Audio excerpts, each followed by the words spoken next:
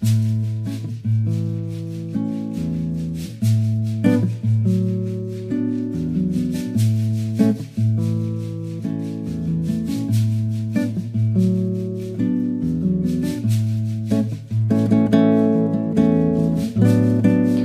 buenas tardes, sean todas y todos muy bienvenidos. Gracias por estar hoy junto a nosotros. La Presidencia de la Asamblea General y la Secretaría de Derechos Humanos de la Presidencia de la República les han invitado a la conferencia El Constitucionalismo Democrático, la Sala de Máquinas de la Constitución, a cargo del jurista argentino, doctor Roberto Gargarella, aquí en el Salón Central de la Biblioteca del Poder Legislativo. Aprovechamos para agradecer la colaboración de su director y funcionarios de la biblioteca en la organización de este evento. Nos acompañan e integran la mesa de oradores el señor Secretario de Derechos Humanos de la Presidencia de la República, doctor Javier Miranda, el decano de la Facultad de Derecho de la Universidad de la República, doctor Gonzalo Uriarte, y el jurista argentino, doctor Roberto Gargarella. Invitamos entonces al señor Secretario de Derechos Humanos a hacer uso de la palabra. Gracias. Buenas tardes a todas, a todos. Bienvenidos. Doy la bienvenida también en nombre del señor Presidente de la Asamblea General del Poder Legislativo, Raúl Sendic, que nos avisó que lamentablemente a último momento no pudo asistir, pero quiero trasladarles el saludo del Vicepresidente de la República, con quien, y ya empiezo entonces, con quien nos hemos asociado de la Secretaría de Derechos Humanos de la Presidencia de la República, promoviendo una serie de intervenciones que provoquen debate. Esa es nuestra intención. En abril de este año tuvimos la presencia del doctor Luigi Ferraioli dentro de este ciclo de charlas y hoy tenemos el honor de recibir a Roberto Gargarella, un joven y destacado jurista argentino. Entonces, bienvenido Gargarella, es un honor, un gusto realmente recibirlo. Quisimos además, y nos parecía fundamental, como lo hicimos en abril, sumar en este esfuerzo a la Universidad de la República y hoy con la presencia del decano de la Facultad de Derecho de la Universidad de la República, también de mi facultad, de mi casa, darle las gracias a Gonzalo Uriarte en su nombre a la Facultad de Derecho y a la Universidad de la República por sumarse a esta invitación al debate. Como decíamos en las charlas de abril, lo que pretendemos con este ciclo de charlas, más que definir líneas, más que dar sentencias de lo que hay que hacer o lo que debería hacerse, lo que queremos es provocar la discusión. El título, el constitucionalismo democrático. Esto es generar los espacios de deliberación, pero generar espacios de deliberación a partir de fundamentos de pensamiento que sirvan para el debate. Asistimos hoy en Uruguay a un incipiente debate sobre reforma constitucional, con una constitución de ya 60 años rigiendo nuestro país, con una larga interrupción de vigencia. Yo no sé si es la hora de la reforma de la Constitución. Lo que sí es la hora del debate de los contenidos de la Carta Fundacional, de la Carta Política en el que fundamos la República y en el que fundamos la democracia. A eso queremos contribuir. A eso queremos contribuir trayendo voces destacadas como la de Gargarella para que nos ayuden a construir ese debate. Esa es la razón de esta invitación. Quiero agradecer especialmente la presencia de representantes diplomáticos acreditados en nuestro país, de legisladores, de exministros y de público en general. El régimen que vamos a seguir en la charla es una exposición que hará el doctor Gargarella después de las palabras de presentación del decano de la Facultad de Derecho, Gonzalo Uriarte. Una exposición entonces del doctor Gargarella, no voy a decir el tiempo para no acotarlo, pero de unos 45 o 50 minutos, y luego abrimos un espacio de debate. Por razones de orden únicamente, lo que pedimos es que dirijan preguntas a la mesa por escrito. No se pretende en un debate democrático coartar la libertad de expresión, pero nos parece que esto permite ordenar la intervención. Entonces tendríamos una presentación de 45 o 50 minutos de parte del doctor Gargarella y después abrimos un espacio de debate, pero lo que pedimos es que nos acerquen preguntas por escrito. Le pido entonces a nuestros colaboradores de la Secretaría que estén atentos a recoger esas preguntas para hacer llegar. Una vez más, bienvenidos, muchas gracias por asistir. Los invitamos, los provocamos, los combinamos, los incitamos al debate. Vale la pena discutir y eso es lo que queremos provocar. Muchas gracias. Vamos a escuchar entonces al señor decano de la Facultad de Derecho de la UDELAR, el doctor Gonzalo Uriarte, y luego vamos a escuchar al doctor Roberto Gargarella. Bien, muchas gracias. Yo tengo que empezar con 2 disculpas. Primero, porque llegué unos minutos tarde, cosa que no es adecuado ni educado. Segundo, porque mi labor para presentar al doctor Gargarella sería haber traído escrito su extenso currículum y no lo he hecho. Entonces, simplemente me voy a limitar a señalar que el doctor Gargarella, además de profesor universitario, se adorna con las profesiones de abogado, sociólogo y cientista político, lo cual le da una especial visión del fenómeno jurídico. Seguramente los abogados adolecemos de, como en la mayoría de las profesiones, y especialmente a medida que nos vamos especializando más, adolecemos de una visión un poco lineal que no ve el fenómeno jurídico desde todas sus facetas. En este caso, el doctor Gargarella sí tiene claridad en asumir cómo funciona el fenómeno jurídico y más concretamente la Constitución en esos distintos planos, ya sea tanto lo dogmático como la realidad. Puedo decir que escuchamos hoy la mañana una excelentísima conferencia que nos dejó con ganas de más y sobre todo con ganas de preguntas porque no estaba previsto de acuerdo a la hora que pudiéramos hacerlo. Así que seguramente esto va a enriquecer mucho más la conferencia que hoy vamos a escuchar.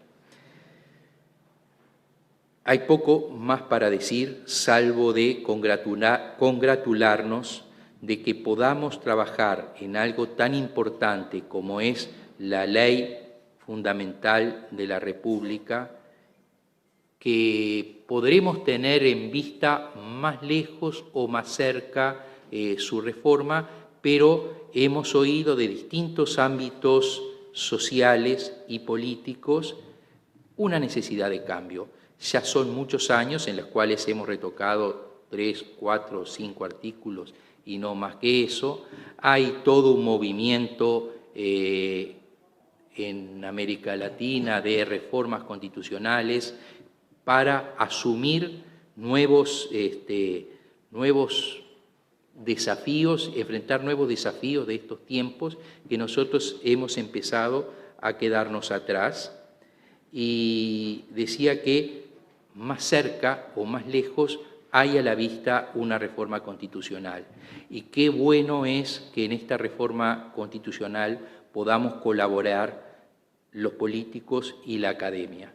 Muchas veces no hay un relacionamiento fluido entre ambos cuerpos. La presencia de un académico como el doctor Gargarella, pero además con claridad, además política, nos va a ayudar mucho en el camino que nosotros tenemos que empezar a recorrer para lograr una mejor constitución que se ajuste a lo que la nación quiere. No quiero abusar más del tiempo porque lo importante no es escucharnos a nosotros, sino al doctor Gargarella. Muchas gracias a Gargarella por acompañarnos y a Javier por habernos permitido estar en la mesa. Entonces, de esta forma damos inicio a la conferencia del doctor Gargarella. Bueno, muchísimas gracias por la introducción. Es para mí un enorme orgullo estar aquí. Le agradezco muy especialmente a Javier, a Yanela, al señor decano, a todos ustedes estar aquí presentes. Me parece que, en primer lugar, vale la pena saludar la iniciativa de discutir y de pensar desde puntos de vista distintos sobre algo que es de enorme importancia y que ha venido siendo de enorme importancia y reconocido de enorme importancia en toda América Latina en el último tiempo. Sobre todo en las últimas décadas, América Latina atravesó lo que yo llamaría la última oleada importante, de 4 al menos oleadas importantes de reformas constitucionales. Uruguay no se sumó plenamente a esa oleada y es posible que lo haga. El momento es interesante. Digamos, a lo mejor uno podría ver como un déficit el no haberse sumado a ese proceso de reforma latinoamericano, pero tal vez la demora, entre comillas, y digo demora pensando que normalmente esas oleadas de reforma han sido oleadas a las cuales todos los países se han ido sumando, más temprano o más tarde.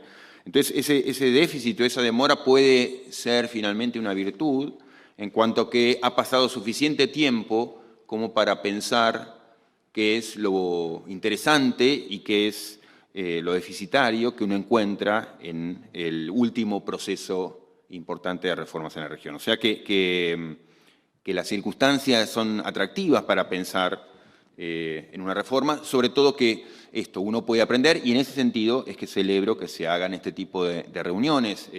La venida anterior de Ferrajoli, creo que también, digamos, marca, dar una impronta que es importante a esta reflexión.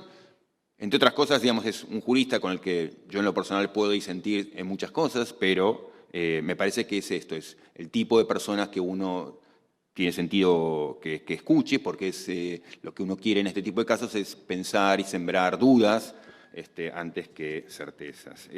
Yo voy a dar algunos puntos de vista sobre cómo he entendido el proceso de reforma. He tenido la suerte de dedicarme desde hace 30 años al estudio de reformas constitucionales. En Argentina yo lo hacía con el doctor Carlos Nino. Y, digamos, luego de una etapa larga en la que me dediqué a pensar sobre lo que serían los orígenes del constitucionalismo argentino, hace 10 años que estudio los procesos constitucionales en América Latina. Mi primer paso fue acercarme a las últimas reformas que se habían dado y lo que reconocí inmediatamente era la necesidad de bucear en las raíces de ese proceso de reformas para poder entenderlas, porque si no era muy complicado. Lo que voy a hacer un repaso sobre 3 núcleos centrales que tienen que ver con las ideas de constitución, derechos y democracia, que son como los grandes elementos en juego cuando uno piensa una reforma. Y lo haré también con una preocupación particular que tiene que ver con la trayectoria de la izquierda jurídica, que me parece que ha estado detrás de muchas de las últimas reformas que se han dado en la región y que nos refieren a un grupo de ideas, digamos, que a mí me interesa también retomar desde el derecho, pero creo que por distintas razones la izquierda jurídica se ha resignado a trabajar en el área más bien a partir de una cierta inercia. Durante mucho tiempo la izquierda jurídica se negó a relacionarse, la izquierda en general, con el derecho, al que entendió como un fenómeno meramente superestructural. Digamos, durante mucho tiempo pensó que la cuestión de derecho y la cuestión institucional era una cuestión menor, y eso es algo que todavía hoy, digamos, se sigue advirtiendo en la región, y mi preocupación en todo caso es la de mostrar también por qué y de qué modo en todo caso un compromiso jurídicamente profundo con los valores yo creo más interesantes que tiene el constitucionalismo, porque la izquierda jurídica también tiene la necesidad de abordar de otro modo, no como un epifenómeno a las cuestiones de derechos, sino como algo central.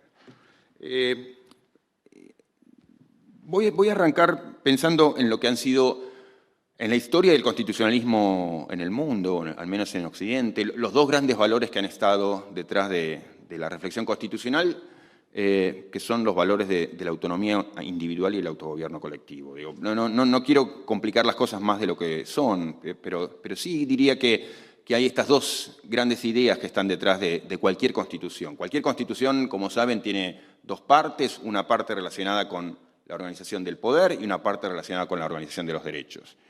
Y esas dos partes, insisto, una la que organiza la maquinaria del poder, la otra la que establece la declaración de derechos, eso es lo que uno encuentra en cualquier constitución del mundo. Y nos hablan esas dos partes de estos dos compromisos. Uno, la parte de los derechos, con cómo pensar la autonomía individual, cómo pensar la relación Iglesia y Estado, cómo pensar las libertades individuales, cómo pensar, digamos, la moral privada, cómo pensar la objeción de conciencia, etc. Y la otra parte nos refiere al otro gran valor que es el de la democracia, cómo pensamos entonces la maquinaria del poder, cómo pensamos entonces el accionar colectivo. Esos son los dos grandes valores que están detrás de cualquier constitución y que anidan detrás de esas dos grandes partes en la cual se divide cualquier constitución. Entonces, una parte relacionada con los derechos, otra parte relacionada con la maquinaria democrática del poder.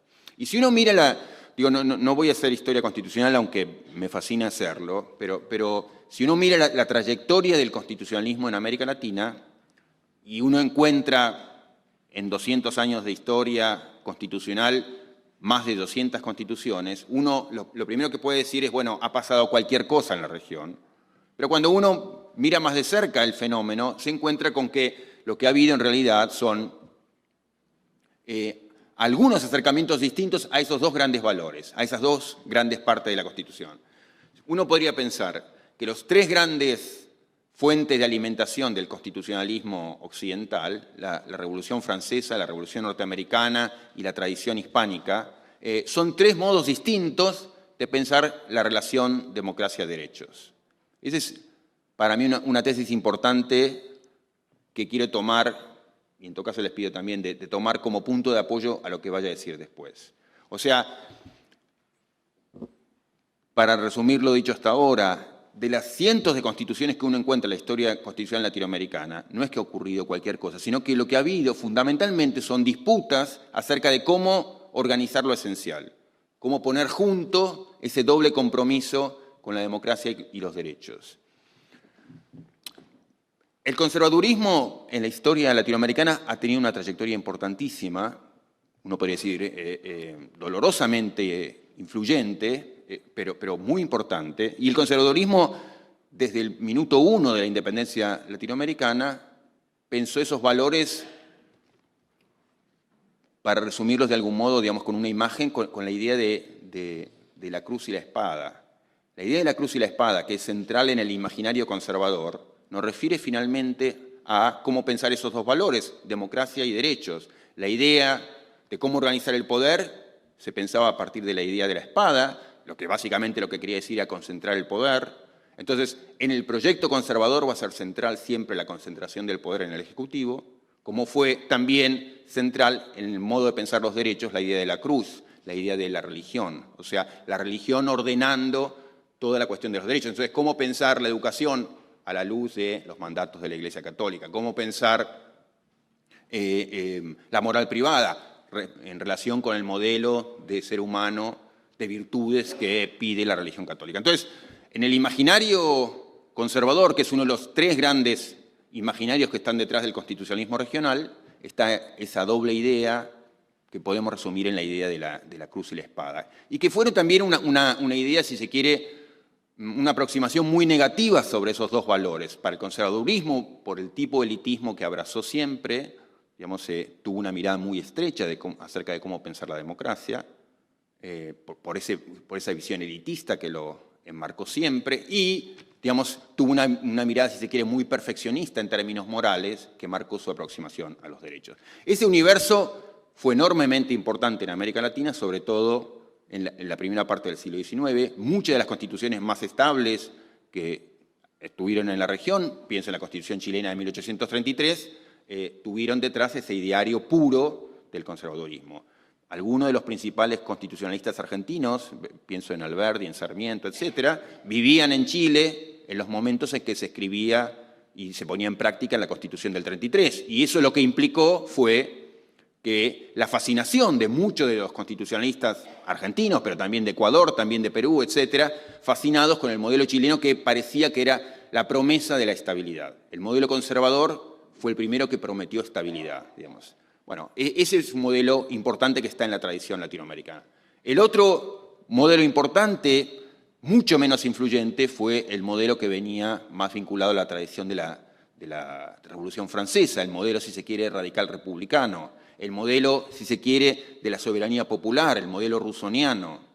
Ese modelo tuvo casi nula influencia en la redacción de constituciones, porque el movimiento radical republicano, sobre todo en el siglo XIX, tuvo muchas dificultades para llegar al poder en América Latina, entonces no pudo expresarse en constituciones, pero su influencia fue significativa en cuanto a que determinó mucho de la discusión. O sea, aun cuando no podemos encontrar, como sí encontramos en el caso del conservadurismo, cantidad de constituciones escritas a la luz del modelo conservador, no encontramos eso en el caso del republicanismo, pero sí encontramos una enorme influencia de esas ideas. Ese fue como el segundo gran modelo. Entonces, si el primer modelo, el modelo conservador, insistía en el valor del poder concentrado, el presidente fuerte, esto de la cruz y la espada, finalmente, el modelo rusoniano lo que pedía, lo que quería era una reivindicación, un fortalecimiento del aspecto más democrático de la Constitución, aún en desmedro de la cuestión de los derechos. Y el liberalismo, que es el tercer gran modelo, el modelo, digamos, de la influencia norteamericana, es de algún modo el reverso del modelo republicano. Cuando los republicanos, si se quiere, enfatizaban la idea de democracia sobre la idea de los derechos, el liberalismo hizo lo opuesto, enfatizó la idea de los derechos, aún a costa de tener que rebajar el contenido democrático de nuestras constituciones. Bueno, no quiero aburrirlos con esa parte de la historia, simplemente lo que le digo es, de las muchísimas constituciones que uno encuentra en la historia latinoamericana, uno puede ordenarlas a partir de este tipo de variables, uno puede reconocer entonces la presencia persistente de cierto tipo de ideas que podemos bien vincular con las tres grandes tradiciones del pensamiento que atravesaron Latinoamérica durante toda su historia, una más vinculada con la tradición hispánica, una más vinculada con el pensamiento rusoniano, digamos, de la Revolución Francesa, y un tercero que tiene que ver con el modelo norteamericano más vinculado con el liberalismo político. El segundo punto que derivaría de ahí es algo que ya es sugerido, digamos, no se trata simplemente de que hubo distintas ideas influyendo en la redacción constitucional, sino que lo que se escribió también tradujo, fue una traducción de esas tres grandes líneas de ideas. Entonces, tenemos constituciones típicamente hiperpresidencialistas que vienen de la tradición conservadora, y es interesante, a la luz de mucho de lo que se escribe y se dice hoy, reconocer ese dato. O sea, siempre en la región el poder concentrado en el presidente proviene de esa tradición conservadora, esa tradición de el pueblo no está capacitado por sí mismo para autogobernarse, y entonces es el líder o la élite la que debe determinar, digamos, cuál es la dirección. Ese núcleo de ideas institucionales es muy fuerte. Del mismo modo, uno puede decir que el ideario liberal quedó traducido también en una serie de instituciones muy conocidas, toda la idea de los checks and balances, los frenos y contrapesos, los sistemas de equilibrios, la separación Iglesia y Estado, eso tuvo mucho que ver con la tradición del liberalismo. Al liberalismo le interesó muy especialmente dar una protección muy fuerte a los derechos y le interesó asegurar siempre el equilibrio de poder, digamos, que ninguna rama del poder estuviera en condiciones de comerse a las otras, para decirlo de algún modo. Fíjense que esto ya es muy distinto de lo que pensaba el conservadurismo. El conservadurismo pensaba que, por el contrario, no tenían que tener un poder idéntico las distintas ramas de poder. El poder ejecutivo tenía que tener primacía. El liberalismo, en cambio, pensó siempre en un sistema de equilibrio. Y el republicanismo, a diferencia del conservadurismo, pensaba que, por el contrario, lo que había que enfatizar era la rama legislativa o el poder asambleario o el poder directo de la ciudadanía. Entonces son no solamente tres tipos de ideas que, bueno, en la abstracción podemos hablar de Rousseau, podemos hablar de Locke, podemos hablar de Mariano Egaña, de Juan Egaña, de Edmund Burke, no, sino que fueron tres modelos institucionales que no es que se ordenaban de modo diferente caprichosamente, sino que respondían a tres concepciones distintas del mundo, tres concepciones distintas de cómo ordenar ese doble compromiso con democracia y derechos. Entonces, en la tradición de las constituciones conservadoras latinoamericanas vamos a encontrar siempre esa impronta de un poder ejecutivo más fuerte y un lugar especial para la religión. En las constituciones liberales vamos a encontrar esta búsqueda del equilibrio y al mismo tiempo una neutralidad, digamos, separación típicamente entre Iglesia y Estado, y en el modelo rusoniano republicano este énfasis, yo diría, en dos aspectos. Por un lado, la cuestión democrática, aún a costa de los derechos, y por otro lado, una preocupación especial en la cuestión social. Ese es el, si se quiere, el background, ese, si se quiere, es el trasfondo con el que voy a pensar, y ya me quiero dedicar plenamente a eso, el último constitucionalismo latinoamericano, el constitucionalismo que tenemos hoy. Pero no quería dejar de hacerlo, no quería dejar de pensar el constitucionalismo de hoy sin dar algunas herramientas mínimas con las cuales pensar y acercarnos críticamente a lo que hoy existe. Entonces, creo que el trasfondo de ideas tiene que ver con ese primer mapa. Entonces, ¿qué pasa cuando miramos el constitucionalismo que tenemos hoy? También, lo primero que diría es, necesitamos descifrarlo, necesitamos, si se quiere, deconstruirlo, y para deconstruirlo necesitábamos este tipo de herramientas como las señaladas.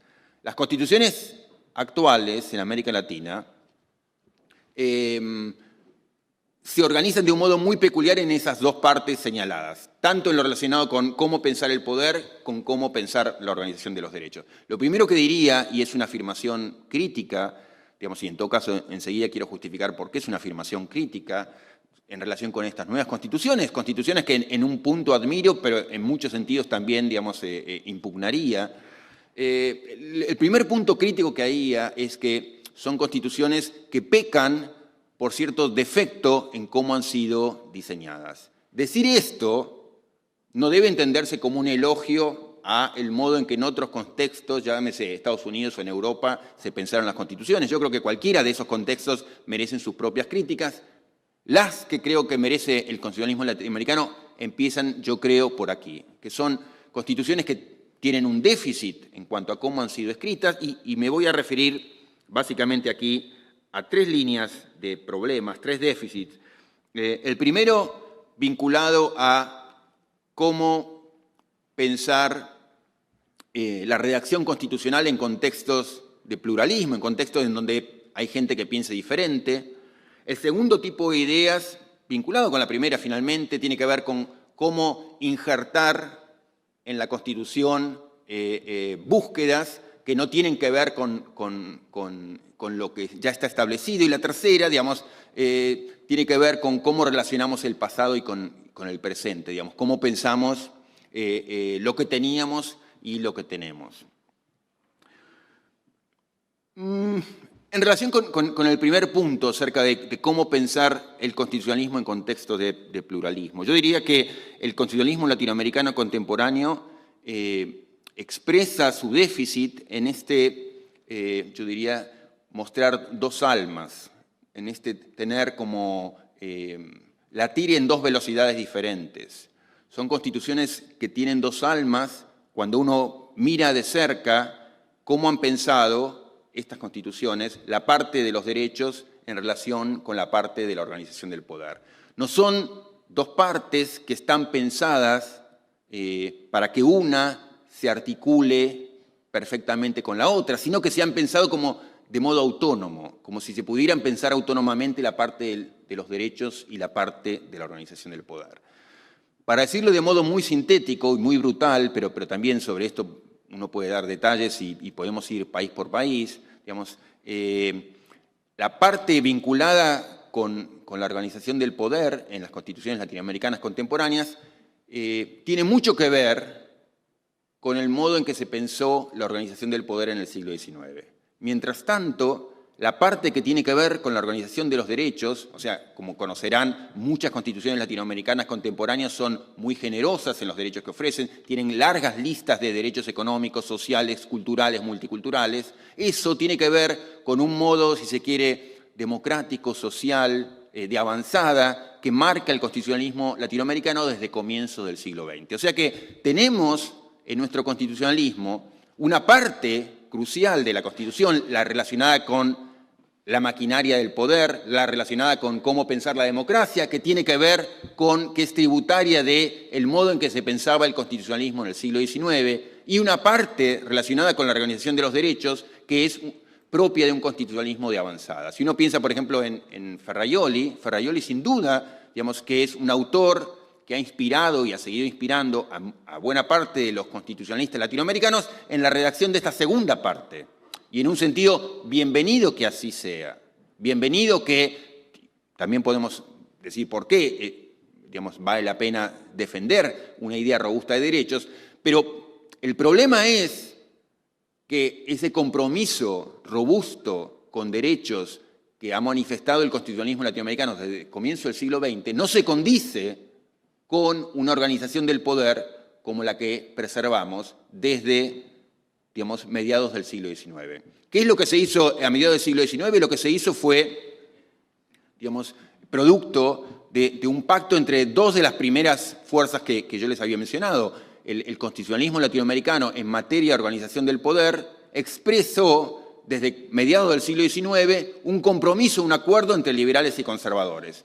Y ese compromiso fue sobre todo un compromiso, digo, para bien o para mal, con buenas o malas razones, fue un compromiso entre las élites políticas de la época, que luego de décadas de violencia política o de enfrentamientos decidieron pactar y repartir el poder de algún modo, que fue muy peculiar, porque implicó, digamos, repartir el poder de un modo que también se procuró que fuera impermeable a las presiones de la ciudadanía crecientemente preocupadas por su lugar en la política. O sea que, digo enseguida algunos detalles más al respecto para defender el punto, pero la organización del poder de las constituciones latinoamericanas es tributaria de ese acuerdo liberal conservador propio del siglo XIX, que fue un acuerdo muy marcadamente elitista. Fue un acuerdo que dejó afuera, si se quiere, a ese pensamiento rusoniano incipiente que había en la región. Alberdi, digamos,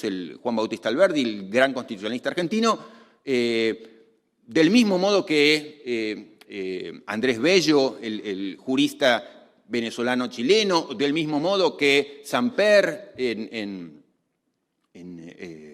Colombia, y de algún modo como Yauri en Uruguay, digamos, fueron pensadores de la necesidad de ese pacto que era también un pacto excluyente y que se manifestó en las constituciones. La Constitución de 1830 uruguaya, en parte, digamos, de modo temprano, representa algo que se va a hacer de modo más duro, si se quiere, desde mediados del siglo XIX en toda América Latina, que es un pacto en donde se establecen derechos políticos muy restringidos, en donde se establecen límites a la libertad de reunión, donde se establecen límites a la libertad de asociación, en donde, digamos, como lo decía Alberdi, insisto, con buenas y malas razones, este es el momento de las libertades económicas a manos llenas y de las libertades políticas restringidas. Decía Alberdi, en un tercer momento, o sea, el primer momento fue el momento de la independencia, y ahí tuvimos otras constituciones más conservadoras, si se quiere. Ahora estamos en un momento que necesitamos prosperidad económica y por eso necesitamos dar una protección muy especial a las libertades económicas. ¿Qué quería decir con eso? Una protección especial a la libertad de contratar, una protección especial a la propiedad, una protección especial, digamos, a los mecanismos que hoy llamamos mecanismos de mercados, limitaciones sobre la intervención del Estado en la economía y limitaciones a las capacidades de amenaza que puedan provenir de la ciudadanía. Por eso, derechos políticos limitados. Libertades económicas a manos llenas, libertades políticas restringidas. Eso ocurrió lo mismo en el texto, muy similar, antes, en el texto uruguayo de 1830, digamos, que es muy distinto de los primeros experimentos que se habían intentado aquí mismo, digamos, con el artiguismo. O sea, es un tipo de constitución más en línea con ese constitucionalismo, digamos, liberal conservador de la región. Un constitucionalismo bueno o malo, pero que en todo caso, primero, fue muy excluyente respecto de las aspiraciones de sectores muy amplios de la ciudadanía, y segundo, un constitucionalismo que ganó en fuerza, ganó en estabilidad y que, yo diría, con las reformas obvias que conocemos, sigue marcando la estructura de la organización del poder hasta el presente. ¿En qué sentido? En que desde entonces y hasta hoy tenemos una organización del poder que tiene una preferencia especial hacia el Poder Ejecutivo, que es, si se quiere, generadora de una estructura, si se quiere, contramayoritaria, que se expresa eso no solamente en el modo en que se organiza y piensa el Poder Judicial, sino también en cómo se piensa la política, en donde, digamos, la ciudadanía tiene un rol ya sea opaco, ya sea muy limitado. Ese esquema sigue siendo hoy un esquema dominante, aún en constituciones que, en la parte de los derechos, han hecho una cosa totalmente distinta, que es, desde comienzo del siglo XX, digamos, tratar de acomodar y dar ingreso a los sectores que habían sido excluidos hasta ese entonces.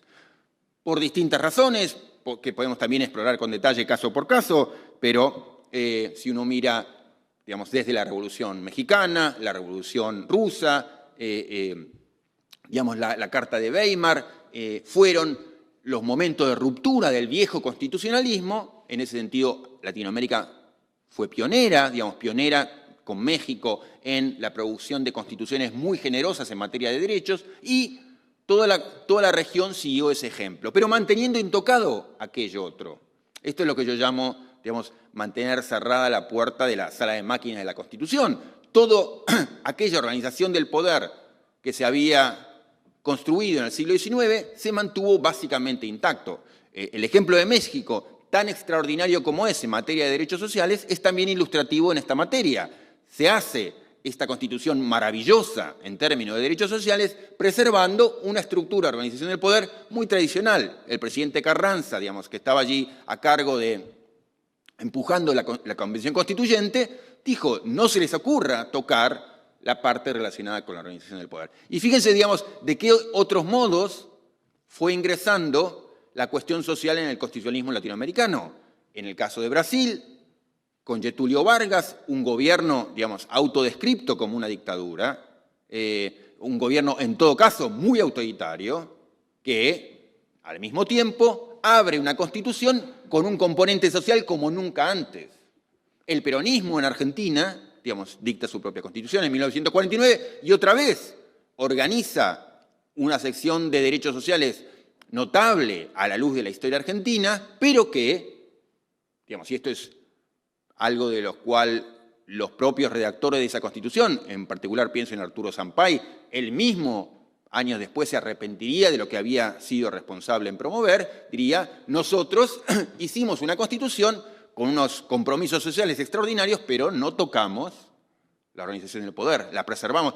La Constitución del 34 en Uruguay, digamos, tiene ese mismo componente de generación de aspectos centralmente autoritarios, de creación, digamos, producto de un gobierno también con rasgos autoritarios y con una apertura social importante. Entonces, eso yo creo que refleja los rasgos que todavía hoy siguen definiendo al constitucionalismo latinoamericano.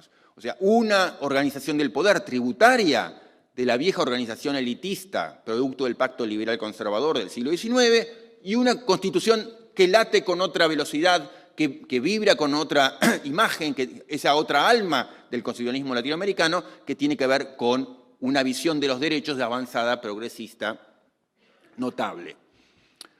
Aquí el punto y esta rápida reflexión sobre cómo pensar la creación de derechos en sociedades pluralistas, porque, digamos, lo hablábamos también esta mañana, uno puede pensar la construcción de una constitución en sociedades plurales, en donde obviamente va a haber gente, grupos, partidos con pretensiones diferentes, uno puede buscar acuerdos entre esos sectores diferentes de distinto modo.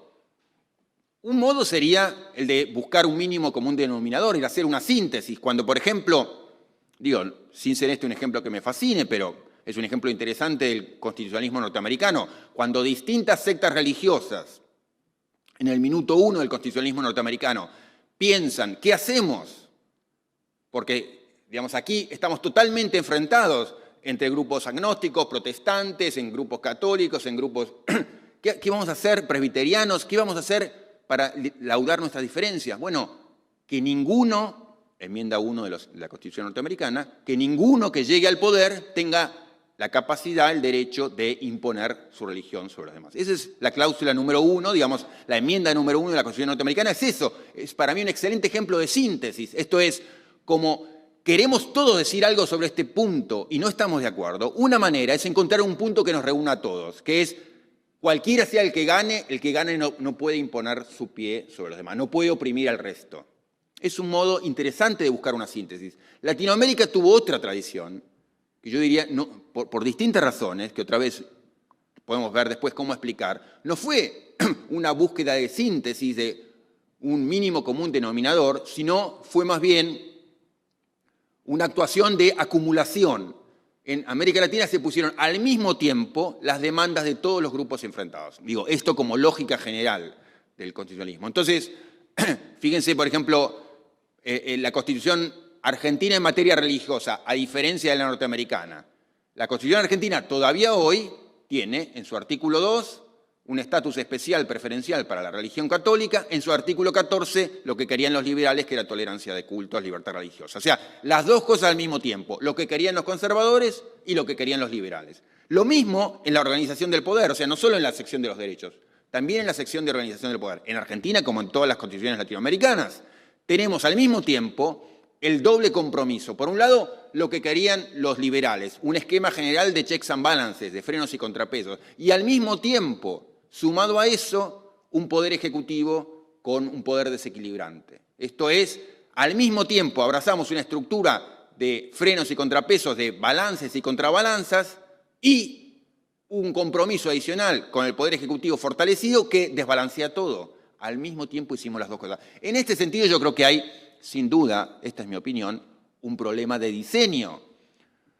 En el caso argentino, Alberdi lo justificó esto diciendo, bueno, no, lo que pasa es que, y él lo dice explícitamente, capítulo 25 de las bases, él dice, vamos a seguir el ejemplo norteamericano, salvo en lo que tiene que ver con la creación del poder, que aquí vamos a corrernos del ejemplo norteamericano y vamos a acercar al ejemplo chileno, el de la Constitución 33, el de la Constitución ultraconservadora que yo les mencionaba, el de la Constitución, digamos, del Poder Ejecutivo concentrado. Dijo, ¿por qué? Y bueno, tenemos que preparar un presidente que en caso de crisis puede actuar como un rey.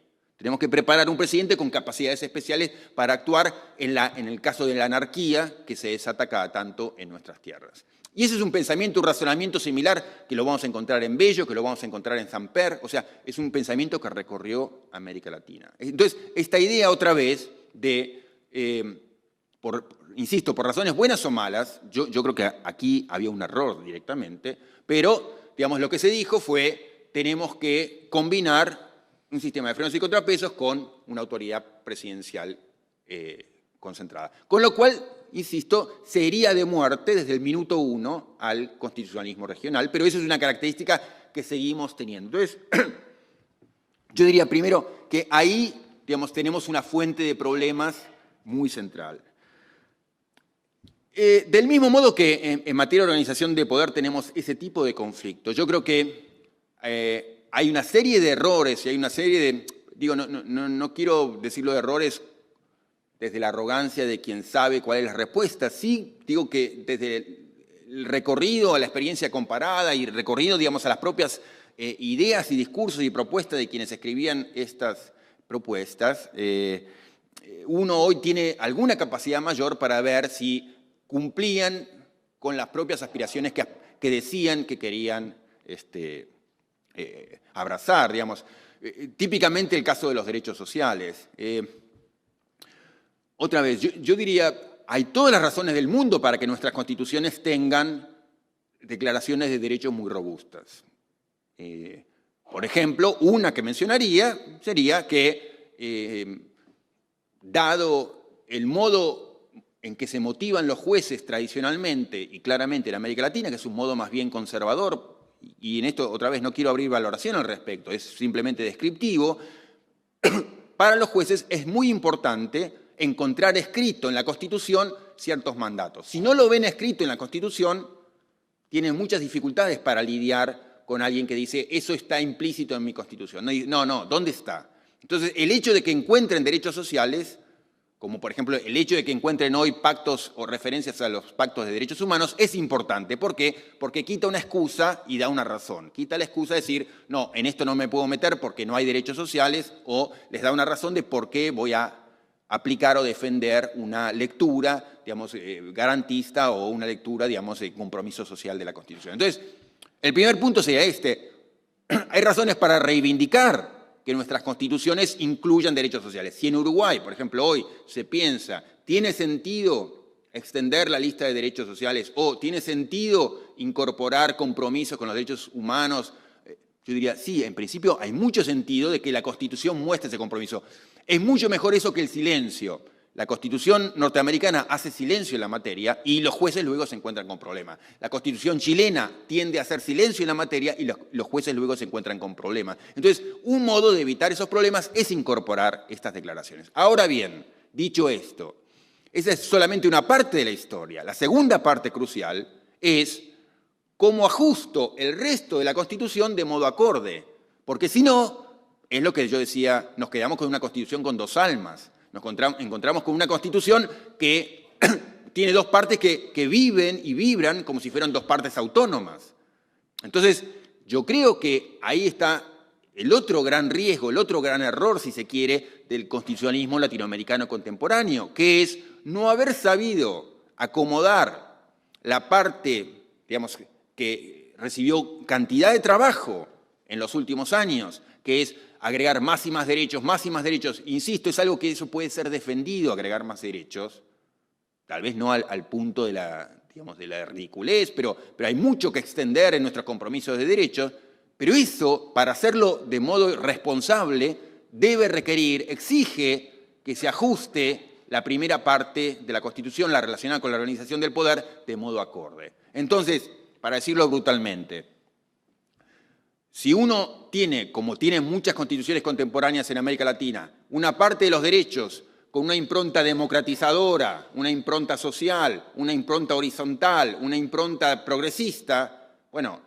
no puede preservar la otra parte de la Constitución, que además es donde están las palancas del poder, de modo vertical, de modo, digamos, elitista, de modo contramayoritario, de modo cerrado a lo social. Si, digamos, se le permite a los grupos desaventajados entrar en la Constitución, pero solamente en el área de los derechos, y no se le permite el ingreso en la sala de máquinas de la Constitución, bueno, no solamente que tenemos una Constitución, si se quiere, esquizofrénica o, digamos, con dos almas, sino que el gran riesgo es que la parte relacionada con la organización del poder empiece a poner obstáculos a la segunda. Les doy uno o dos ejemplos muy obvios.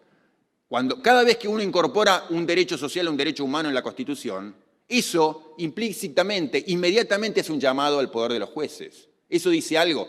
Y si los jueces nos habla de un poder, digamos, sobre el cual la ciudadanía tiene poca capacidad de decisión y control, bueno, es obvio que va a haber allí una resistencia. No es entonces casual que los derechos sociales en toda la región, que empezaron a incorporarse en 1917, hayan tenido que esperar 80 años, 60 años para empezar a despertar.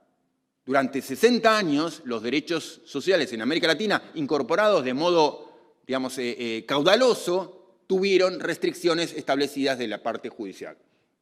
Lo mismo podríamos decir en relación con el Poder Ejecutivo. Si uno quiere democratizar, digamos, y asegurar una constitución participativa democrática desde la sección de los derechos, bueno, la pregunta inmediatamente siguiente es, ¿y usted entonces va a romper con la estructura hiperpresidencialista? Porque si no, ¿cuál es su compromiso? ¿Con la democratización del poder y con la concentración del poder? O sea, haga lo que quiera, pero simplemente, digamos, sea consistente, porque las dos cosas al mismo tiempo no van a salir bien. Simplemente porque una parte de la Constitución va a trabajar contra la otra.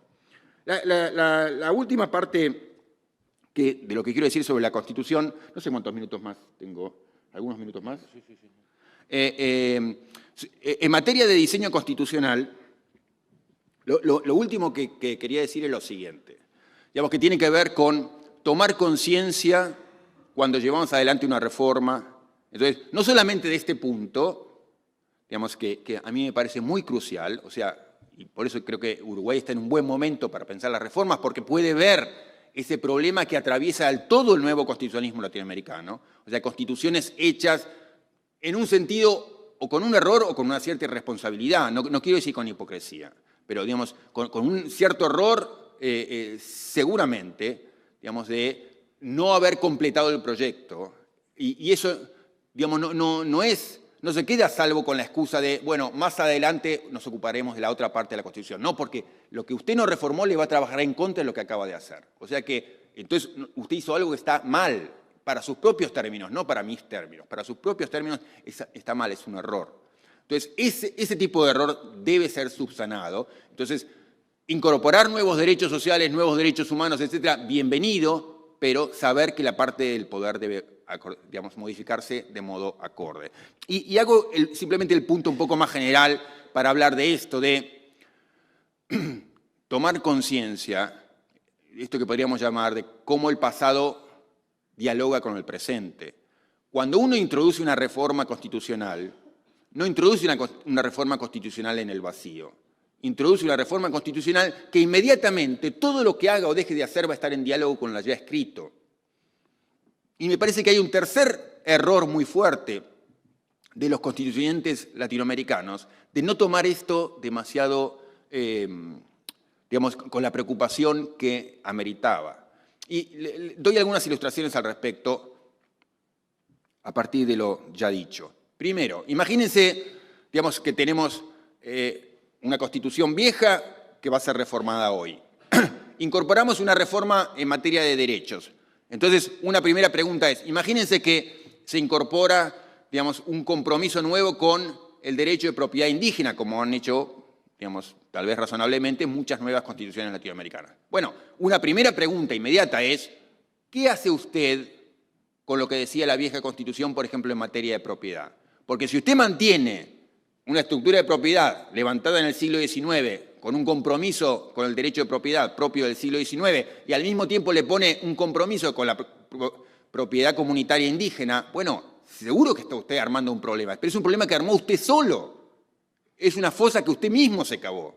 Entonces, si va a hacer una reforma de los derechos, la primera pregunta es, ¿qué cosa deberá modificar en la sección de los derechos para que no haya una tensión creada por usted mismo? Lo mismo con la organización del poder. Muchas reformas, la Argentina, por ejemplo, incorporó un Consejo de Magistratura. La primera pregunta es, ¿cómo va a recibir la estructura de poder antigua la nueva maquinaria que se incorpora en la vieja maquinaria del poder? Porque si no, lo que es obvio es que va a estallar un conflicto entre Consejo de Magistratura y Corte Suprema. Lo mismo ocurrió, por ejemplo, en Colombia. La Constitución de 1991 incorpora una Corte Constitucional y la primera pregunta es, ¿cómo va a reaccionar la Corte existente, el Tribunal existente superior frente a esta nueva Corte Suprema? Lo que ocurrió es lo que llaman el choque de trenes. Un choque, digamos, que era previsible desde el minuto 1 que iba a ocurrir. Entonces, ahí es obvio que hay un error del constituyente. O sea, porque la primera cuestión, cuando uno crea un nuevo derecho o crea una nueva institución de poder, es cómo los viejos derechos van a recibir a los nuevos derechos y cómo la vieja organización del poder va a recibir a la nueva. Eso parece una obviedad total y, sin embargo, son errores descomunales que son propios de nuestras constituciones. Lo tenemos en la Constitución argentina, ecuatoriana, chilena o cual sea, digamos, colombiana. El problema más grave es el que estaba haciendo referencia, que es no darse cuenta, no solamente lo que podemos decir, la influencia de una sección sobre la propia sección, o sea, un derecho sobre un derecho, una nueva institución de poder sobre la vieja institución de poder, sino lo que yo llamaría la influencia cruzada. Por esto que les decía, usted debe ser consciente de que cuando usted incorpora un nuevo derecho social, usted está haciendo algo respecto de la vieja organización del poder. Nino siempre nos decía, a muchos de nosotros que abogábamos, digamos, por incorporar más derechos sociales en la Constitución y al mismo tiempo éramos muy críticos del Poder Judicial, nos decían, pero mire, usted no está cometiendo un problema cuando, digamos, pide más derechos sociales y lo primero que eso va a hacer apenas los incorpora en la Constitución es darle más poder a los jueces. Entonces, sea consciente de eso. Entonces, al menos, digamos, no está mal que lo haga, que incorpore nuevos derechos sociales, pero sea consciente de lo que está haciendo. El viejo constitucionalismo, lo que está vivo, digamos, va a recibir de algún modo a lo nuevo que llega. Entonces tiene que ver cómo lo va a receptar. Y hay problemas que son inimaginables, que los puede prever ya. El problema cruzado, de influencias cruzadas más importante es el que les refería antes, que es, usted incorpora cientos de derechos nuevos y no modificó de modo acorde la vieja estructura de poder. Entonces, es esperable que esa estructura de poder, o sea, típicamente, un poder ejecutivo concentrado no va a ver con simpatía la nueva estructura de derechos que busca la democratización del poder. Y eso con independencia de si está en el poder Chávez, Correa o Kirchner. Digamos, es lo mismo, porque es más allá del nombre lo que importa es la estructura. Hay un problema de la estructura si uno mantiene un poder concentrado y promete, a través de la sección de los derechos, desconcentrar el poder. Lo que ocurrió en mucha de la práctica constitucional latinoamericana era lo previsible, que la ciudadanía empieza a hacer llamados para que se pongan en marcha las promesas incorporadas en la sección de los derechos en términos de democratización y participación política, y claro, si el poder está concentrado, siempre el que está en el poder va a tender a ver esto como una dificultad, como un problema, como una amenaza a su propio poder. Entonces, con independencia de si esta persona es más buena, más generosa, más amable, más dúctil, hay un problema estructural que usted ha creado. Entonces, debe ser al menos consciente de ese problema. Quería dedicar los últimos minutos, digamos, al tercer término. Hablé algo de Constitución, algo de los derechos, quería hablar algo sobre la cuestión democrática. Yo creo que la línea de reformas que debiera seguir una reforma promisoria es una línea de reformas que debe poner un acento muy especial en la democratización social, democratización en todos los ámbitos, en el ámbito económico, en el ámbito político, en el ámbito jurídico y también, obviamente, en el ámbito constitucional.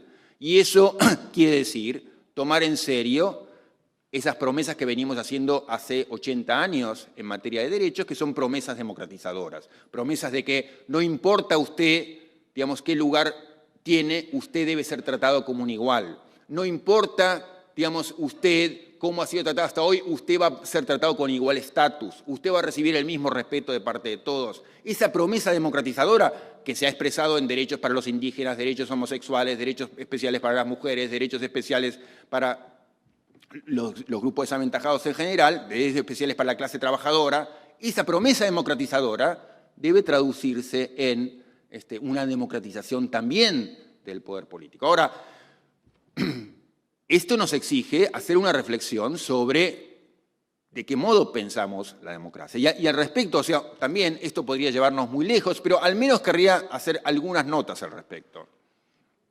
Digo, aquí hay un amplio margen para disentir, pero yo empujaría una cierta manera de pensar la democracia, que en todo caso, obviamente que uno puede disentir al respecto, pero la cuestión es dar argumentos de cómo defiende lo que defiende contra lo que, por ejemplo, yo aquí voy a abogar. Yo quisiera abogar por una lectura de democracia que tiene que ver con ideas de inclusión y discusión pública. O sea, para mí, una decisión, yo la llamo decisión democrática, cuando es una decisión que es producto de la reflexión colectiva de todos los afectados potenciales por esa decisión. Si nosotros vamos a tomar una decisión que nos va a impactar sobre todos nosotros, la decisión, para que sea democrática, yo diría, debe ser el resultado de una discusión entre todos nosotros. Uno podría decir, no, bueno, que decide el representante del grupo. Está bien, lo podemos querer llamar a eso democrático. Yo creo que es un modo limitado de pensar la democracia. Y otro podría decir, bueno, no, distribuyamos un papel y todos votan. También es un modo limitado de pensar la democracia. El primer modo de decisión, donde decide solo el representante en nombre de todos, lo podemos llamar un modo democrático de decidir. Pero es un modo que peca al menos por la cuestión de la falta de inclusión. O sea, los afectados directos nos quedamos callados, no pudimos decir nada sobre la decisión que nos iba a afectar a nosotros. La podemos llamar a esa decisión democrática, pero es una decisión que peca en términos de inclusión. Y la otra forma, si se quiere más rusoniana, distribuimos un papel, a todos le preguntamos, ¿quieren esto o no? Bueno, todos me dicen sí o no en un papelito. Bueno, es una decisión interesante en términos de inclusión, pero que peca en términos de discusión pública. No hemos podido argumentar mutuamente unos contra otros. Por eso yo defiendo un modo de decisión democrática que quiere enfatizar estas dos cuestiones, la cuestión de la discusión pública y la cuestión de la inclusión. Me parece que decir eso, o sea, que es simplemente para mí sería la lección 1 en un curso de teoría democrática. Es decir, hay distintos modos de pensar la idea de a qué llamamos democracia, y eso tiene mucho impacto. Bueno, me parece que una propuesta como la que hago, que a veces se la vincula con ideas de democracia deliberativa, etc., tiene sentido a la luz de mucho de lo que se dice como propuestas de reforma. Digamos, uno escucha muy habitualmente, y con eso también retomo, digamos, la referencia que yo hacía a la izquierda jurídica al comienzo. Uno escucha propuestas reformistas de los sectores vinculados con la izquierda jurídica y muy habitualmente enfatizan la idea de, bueno, un plebiscito, un referéndum. Yo creo que es totalmente defendible ese tipo de mecanismo. Sin embargo, por el tipo de concepción democrática de la que parto, diría, cualquier convocatoria pública, colectiva, si no está, digamos, rodeada de garantías de discusión inclusiva, es hasta inatractiva. No es casual que desde Pinochet a Fujimori hayan recurrido a procesos de consulta pública, digamos, en el marco en donde había una discusión muy restringida, claro, totalmente. Porque eso es el peor mundo posible porque, digamos, se toma una decisión colectiva, se la quiere calificar como una decisión ultrademocrática, cuando en realidad tenemos toda la razón del mundo para decir, no es una decisión interesante en términos democráticos. ¿Por qué? Porque puede ser que si no se garantizó que los que se oponen se expresen, que los que critican se expresen, que todos los afectados se expresen y demás, y bueno, eso se presta a la manipulación del modo más extraordinario. Por eso no es casual que muchos gobernantes autoritarios recurran también a la forma de plebiscito. Entonces, yo diría, la izquierda jurídica merece reivindicar el recurso a consultas populares de todo tipo, pero debe ser muy consciente del modo en que piensa ese acercamiento a la democracia. Muy típicamente, ese tipo de herramientas han sido manipuladas porque no han cumplido con requisitos básicos en términos de inclusión o discusión. Otra propuesta jurídica habitual, también muy vinculada con la izquierda jurídica, es querer resolver todo haciendo todos los cargos selectivos. También eso tiene cierto atractivo. Por ejemplo, el Poder Judicial es un poder contramayoritario. Ah, bueno, entonces que sean electos los jueces. Pero todo, digamos, lo más importante es qué pasa el día siguiente de que la persona fue electa. Digamos, ¿cuál es el poder de decisión y control que queda en la ciudadanía?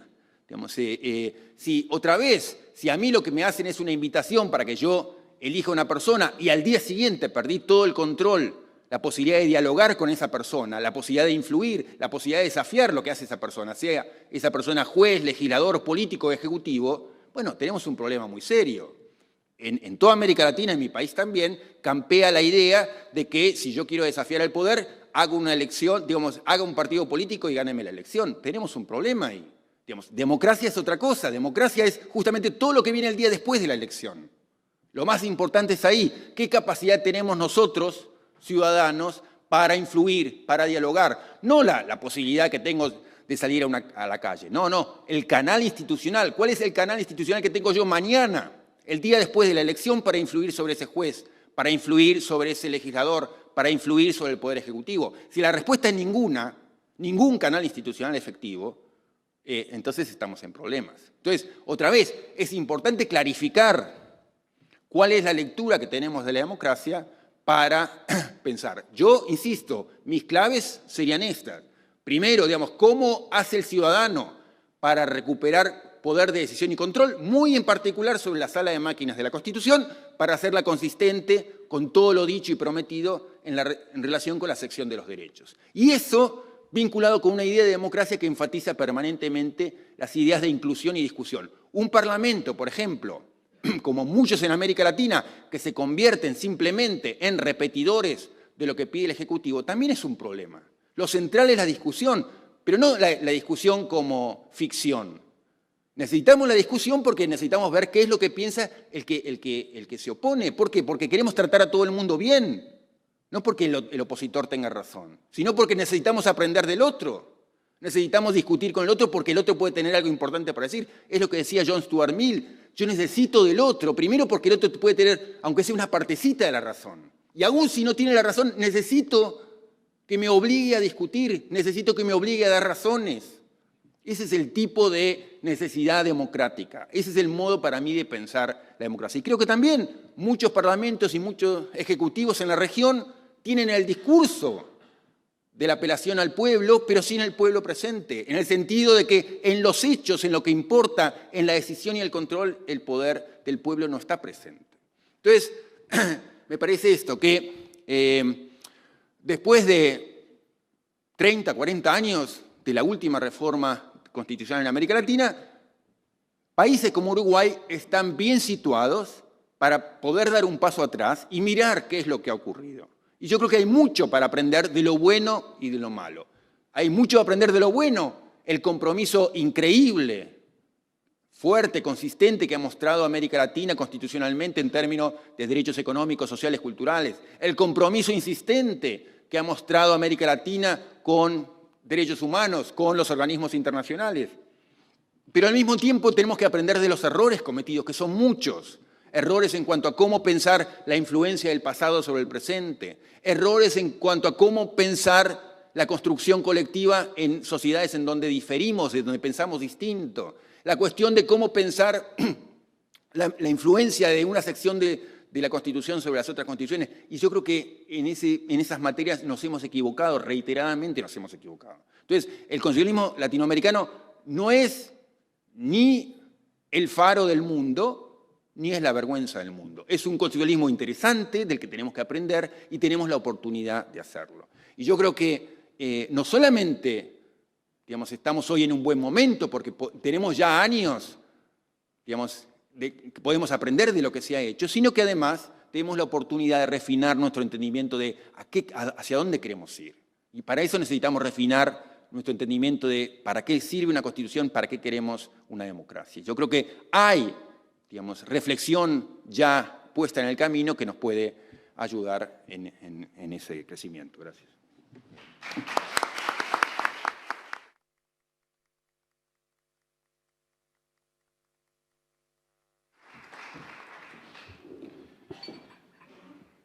Muchas gracias, doctor Gargarella, por la intervención sin duda provocativa y que, permítanme decirlo, se nota la fuente de la que abreva.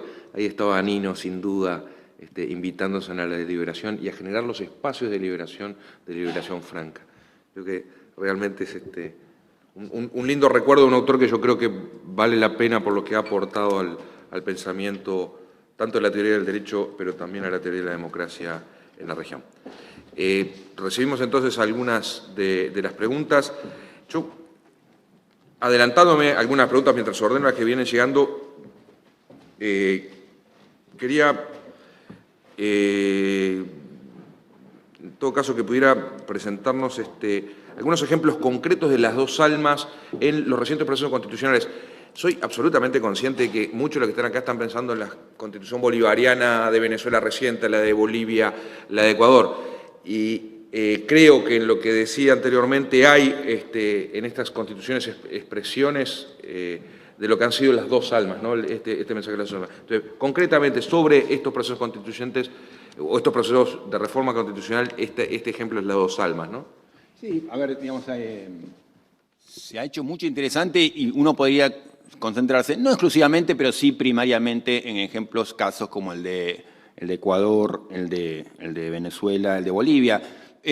Una primera cosa que haría es, yo no los pondría los tres en la misma bolsa, aunque habitualmente se los pone en la misma bolsa. A mí me parece que hay algo muy rico y muy heterodoxo que se hizo en Bolivia, con un montón de problemas, pero para mí mucho más promisorio y más heterodoxo que lo hecho en Ecuador y en Venezuela, que de algún modo con más, si se quiere, rimbombante, de modo más rimbombante, pero se asemejaba mucho a lo tradicional. En Bolivia un intento de hacer algo heterodoxo, en parte por virtud, en parte por defecto, pero digamos, se intentó algo distinto. Yo creo que lo que salió peca de muchos modos, pero digamos, claramente hubo un intento de transitar un camino diferente.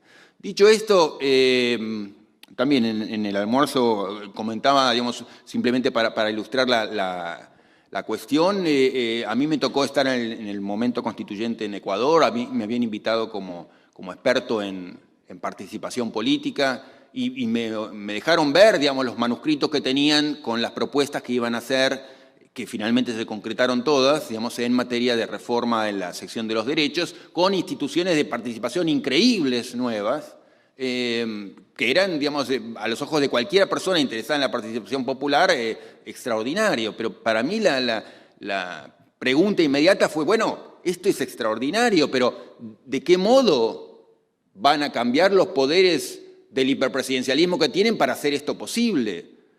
Y digamos, la pregunta causó escozor, digamos, enojo, no sé, pero me parecía como la pregunta obvia. Y los resultados, con independencia de cómo valoremos a Correa o a cualquiera de los líderes de la región, es que cuando, digamos, la ciudadanía ecuatoriana quiso poner en marcha el instituto para controlar el establecimiento de nuevos emprendimientos mineros, recibieron un veto de Correa. Cuando quisieron poner en marcha el instituto para la elección de las autoridades locales, judiciales también, etcétera, veto de Correa. Entonces, una y otra vez hubo ese veto, pero otra vez es independiente de cómo valoremos al presidente ecuatoriano en ejercicio. Lo importante es, había un déficit estructural ahí, había un error estructural, no reconocer que obviamente la democratización del poder que se promete con una mano no puede ser contradicha con la otra mano concentrando el poder. Entonces, simplemente ahí hay una disonancia de la cual el único responsable es el constituyente. O sea, hay un error del constituyente, o me está mintiendo o no está advirtiendo algo que es obvio, que debiera ser obvio, digamos. Yo decía esto, esa pregunta que yo les hacía a ellos, es una pregunta de, digamos, de ingenuidad política, obviamente tendrán que cambiar lo otro, porque si no, se están equivocando. Ese es para mí un ejemplo, una ilustración que llevé desde entonces toda la vida conmigo, o sea, porque era demasiado importante lo que estaba en juego, demasiado importante lo que se hacía y demasiado evidente también el error que se estaba cometiendo. No sé si te satisface. Una pregunta provocativa, creo yo, doble pregunta. ¿Cuáles serían las instituciones del poder desde el republicanismo? Y la segunda parte de la pregunta es si el progresismo incluye las experiencias populistas de izquierda que muestran mayor concentración de poder.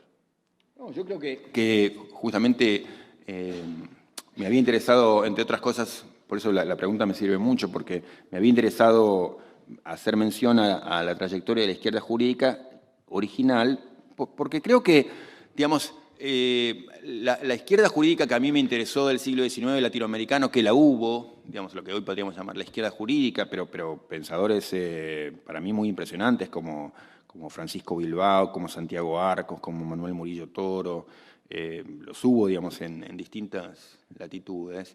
Yo creo que se sentirían muy decepcionados de lo que hicieron aquellos que se proclaman sus sucesores en el siglo XX. Digamos, para mí, lo mejor del pensamiento de la izquierda jurídica latinoamericana del siglo XIX tenía un doble compromiso, en los términos que lo había presentado antes, que resumiría en la idea de, por un lado, un énfasis en la cuestión social y, por otro lado, una idea muy crítica del presidencialismo. Era una izquierda muy, si se quiere, antibolivariana.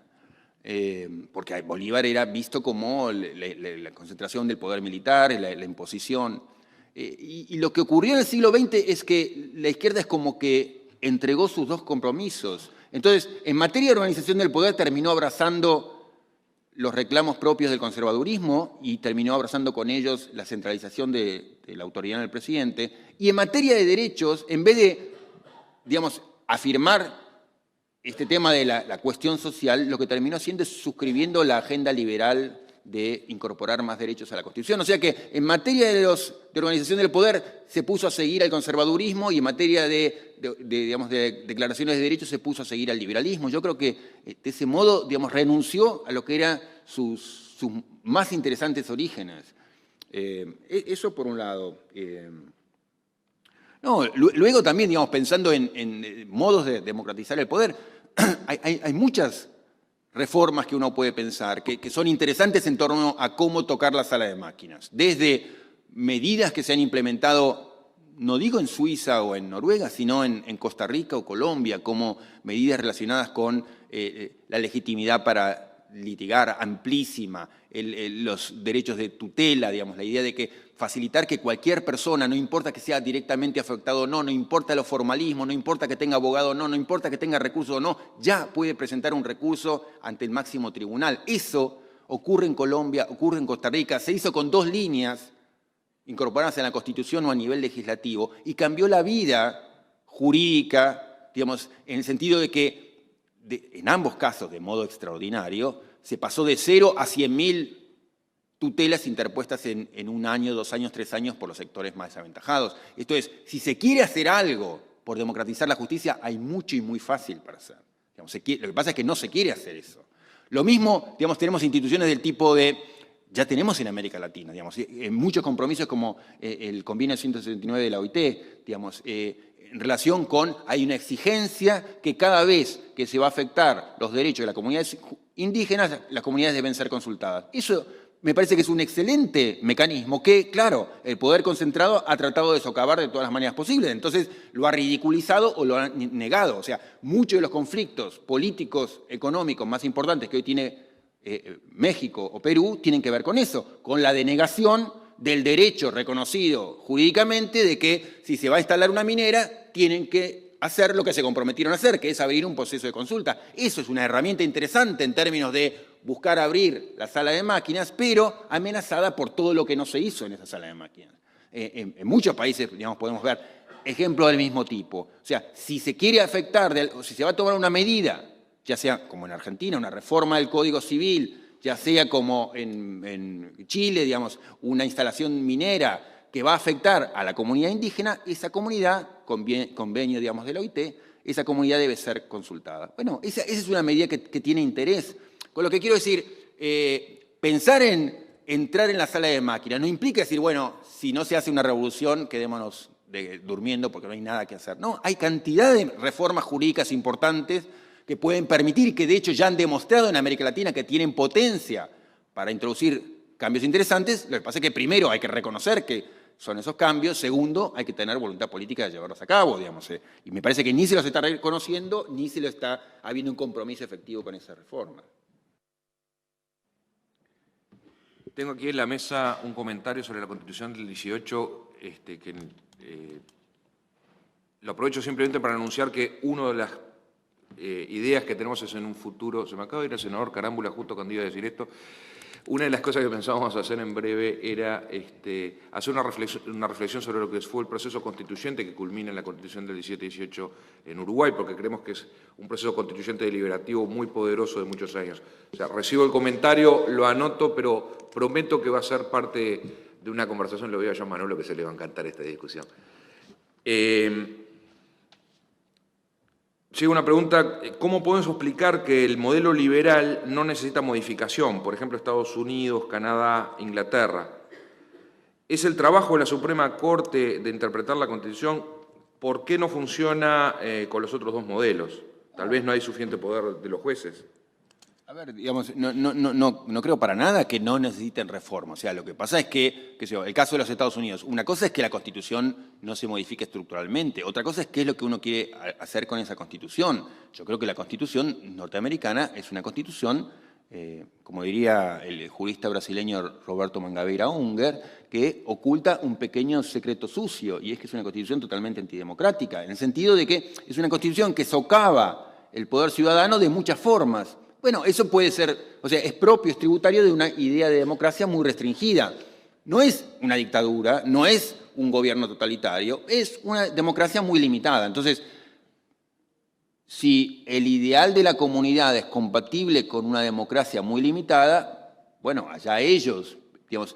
Pero lo que a mí me llama la atención en América Latina es que insistentemente, y es lo que demuestra el tipo de reformas que se han hecho en el área de los derechos, se apela a una idea de democracia mucho más robusta. Entonces, yo, digamos, haría la misma crítica a Norteamérica, pero digamos, lo que quiero decir es, uno puede tener una idea de democracia limitada, allá ellos, pero el riesgo es vivir en una democracia limitada. En América Latina está la aspiración consistente, reiterada. Nunca que se hizo una reforma constitucional en América Latina fue para sacar derechos.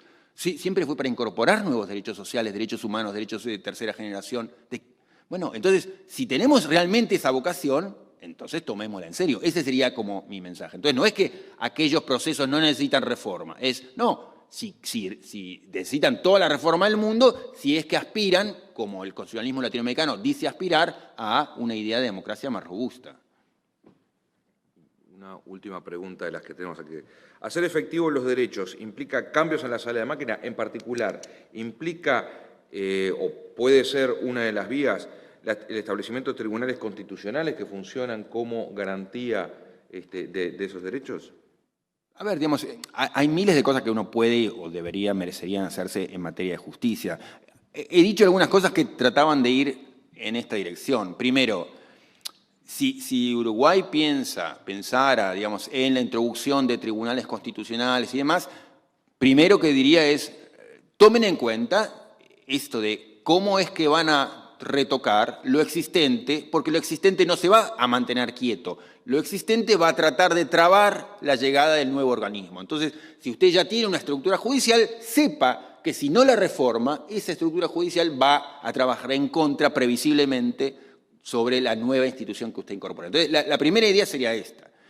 La segunda es que yo creo que hay cantidad de reformas que deben hacerse en el área judicial en América Latina, pero insistiría con esto, las principales tienen que venir más por abajo que por arriba. Entonces, en el sentido de que la prioridad debe ser cómo hacemos para que los grupos más golpeados de la sociedad lleguen a los tribunales. Hoy, no solamente que no llegan, sino que el día que llegan, el tribunal tiene la posibilidad de decir, pero le faltó una coma, vuelva a cero. Entonces, vuelve a la casilla número 1. Y no puede ser. O sea, y hay herramientas que nos permiten negar esto. Entonces, yo creo que debe hacerse reforma de distinto tipo, pero la prioridad claramente debe ser la prioridad de abajo hacia arriba más que de arriba abajo. Entonces, una reforma que proclame democratizar la justicia no puede ser una reforma que me venga a instalar nuevas cámaras, nuevas instancias o que me recorte el amparo. Tiene que ser una reforma de cómo hago para que el ciudadano llegue a los tribunales que hoy no están llegando. Entonces, esa debía ser la orientación.